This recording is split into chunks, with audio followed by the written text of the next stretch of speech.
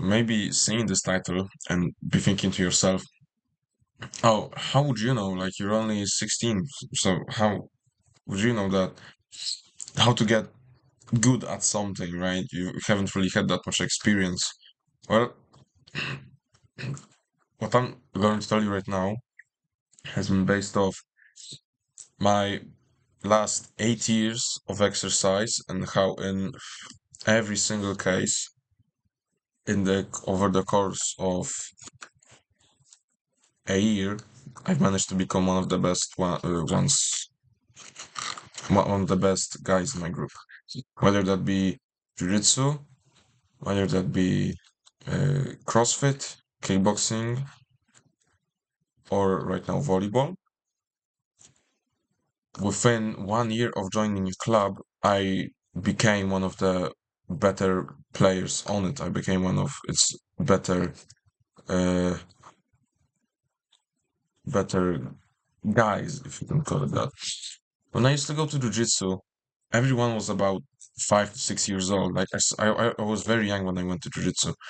And you see, I went there for a year, and after that year ended, like, oh no, I mean, during like the last few workouts I've had, there were only like two people better than me in the group, and there was like 11 of us or 12 of us. And I was the third, and when I started, most of the guys were already there. So it's so I surely like I can't be that bad. Then it was CrossFit. Within 1 year, I became one of the better guys. And you see, when I went to CrossFit, we had age groups, and the senior age group started from 16 years old. I was 13 when they let me in that group. So surely there must be something, right? In kickboxing, within 1 year of joining, I was very good. I could be one of the competitors. I chose not to for the sake of my health, but I could have been.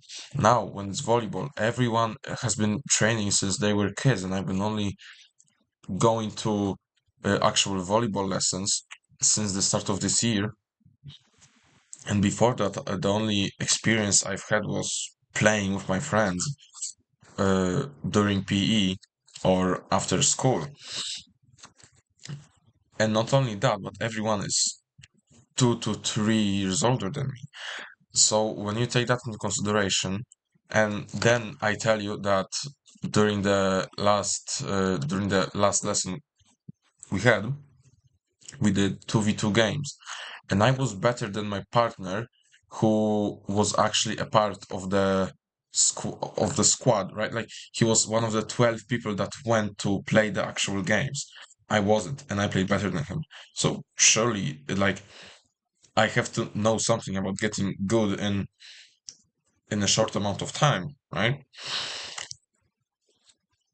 So now let me tell you how to actually do that.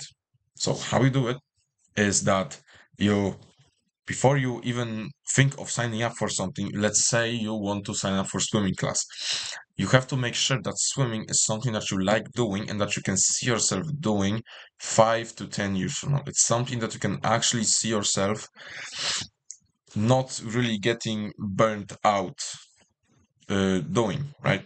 It's something that you can actually realistically do every day and not be bored and not be sick of it. That's because me, I could play volleyball every single day of the week for a year and not be tired because I just love volleyball so much. So if you can have that same level of passion, then that's step zero. Step one is actually signing up. And when you sign up, you have to well be humble. You have to not be not have an ego. You can't talk back to others. You have to just really be maybe uh, not really keep to yourself, because of course you can talk with others, but at the same time you can't be arrogant. You have to really be just this guy who locks in, does his thing, and goes home, right? Like Talking to people is optional, even I would say that is optional. So you sign up, you do your thing, you're consistent. Which what we want is for you to be consistent.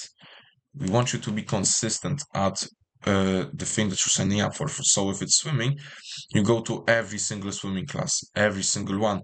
There are no excuses. The only real excuse is if you are like bedridden levels of sick. That's the only real excuse you should have. Being tired is not an excuse. Being not having enough calories is not an excuse here, because if you actually want to get good at this, then calories are going to be less important than what you want to get good at. If you actually have the passion for it, you would know if that thing is so important to you. You will actually know. You don't bullshit yourself. You will actually know. So you have to be consistent at this. When you're consistent, you get better results. But not only that, you have to be hardworking during the workouts, because consistency is one thing, but hard work is another. Because I could go to the volleyball classes every single day, but then give like 50% of what I can give. So what I do is that I go and I give my 100%. And why can I do that? It's because I just love volleyball so much. I will emphasize this over and over again. What you need is for you to be so passionate about something that you can actually give 100% every single training, day in, day out. So when you have all those things, we go to step 3. When you've step 2, when you've been when you are going consistently and you're hardworking, then what we want you to do is to also start improving your skills outside of those trainings, because what we want you to do is to not just not think about swimming, go to the swimming lessons, and then go home and then not think about swimming for until the next training session. We don't want that. What we actually want is for you to go home. If it's the evening, then of course go home, take a shower, and go to sleep. Wake up next day, be thinking about swimming, be thinking of ways that you can actually improve. Like, I don't know, get stronger back muscles, for example. Watch videos on how to improve your technique. Buy some courses if you're into that.